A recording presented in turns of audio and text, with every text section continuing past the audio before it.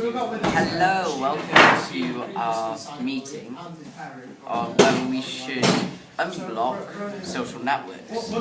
We have the against on my right, which consists of the headmistress and a pupil. We then have the for on my left, which consists of the ICT teacher and another pupil. We will go to the against side with the headmistress first. I believe that it's no need for social media in class, as it will cause disruption with the pupils, as they could send work to each other on the social media websites, and cyberbullying could be caused from social media pupils.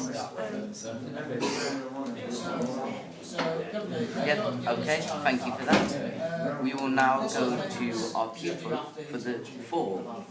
As much as cyberbullying does go on in social media websites, I think it's not the websites that are at fault, it's the pupils, and I feel like we shouldn't have our social media websites blocked because some people can't be responsible enough to use it properly and efficiently. And I think social media websites are good because they help me get in touch with my parents when I don't have credit. Say I'm at an after school and I don't have any credit, it helps me message my mum and just come down. So I think social media websites shouldn't be blocked on the internet. Okay. Thank you for that. We will now go to our against pupil.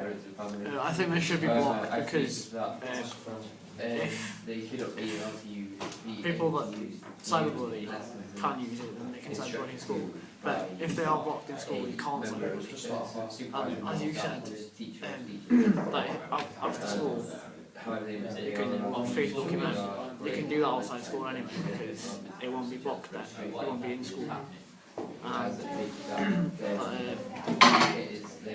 There won't be if it is blocked, there won't be time wasted talking about it to the parents. Okay, thank you for that. We will now go to our ICT teacher. I think these social media sites should be unblocked. This is because of things like Gmail coming up, where you can message your friends in school. You can message friends in school to get feedback on work you've done to improve it further.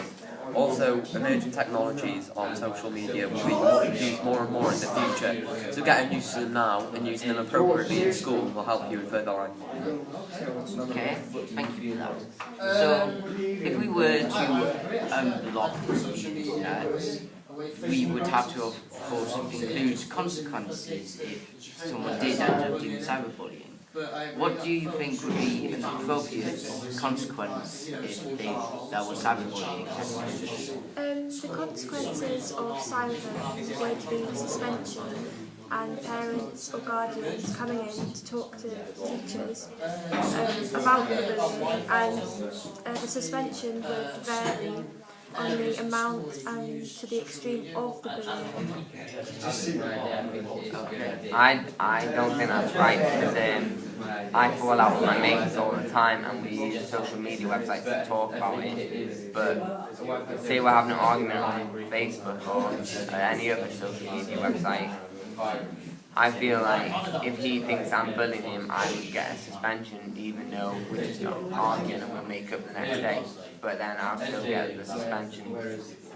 I also agree with this. I think a more appropriate consequence to cyberbullying would be courses on how to use the internet more appropriately and how to use these sites effectively to help you in life. Will that be after school? Yes, that would be after school. I think that we shouldn't have to give up our time after school because of the decisions of the children. That would be wasting your time and money because you wouldn't be getting paid. Well, it would only be for the people who need cyberbullying, who deserve the punishment. If a student was found... Okay. Does anyone else have anything to add?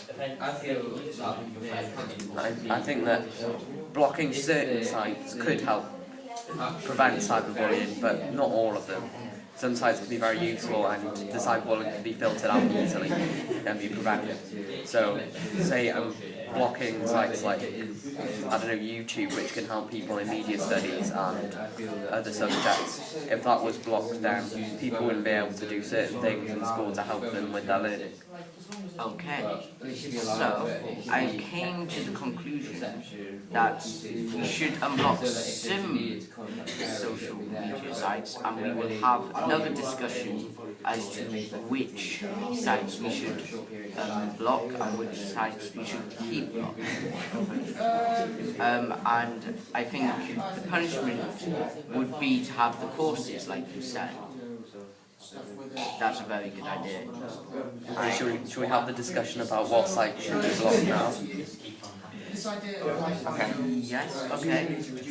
I feel like the sites that should definitely stay are social media sites such as Facebook and Twitter and stuff, because it helps you, because our school has a Twitter and it helps you keep up to date with what's going on. Say there's an after school activity and come along to it.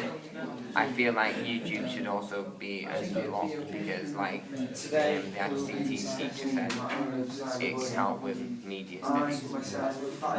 Would the other people like to contribute? I think unblocking YouTube or those websites.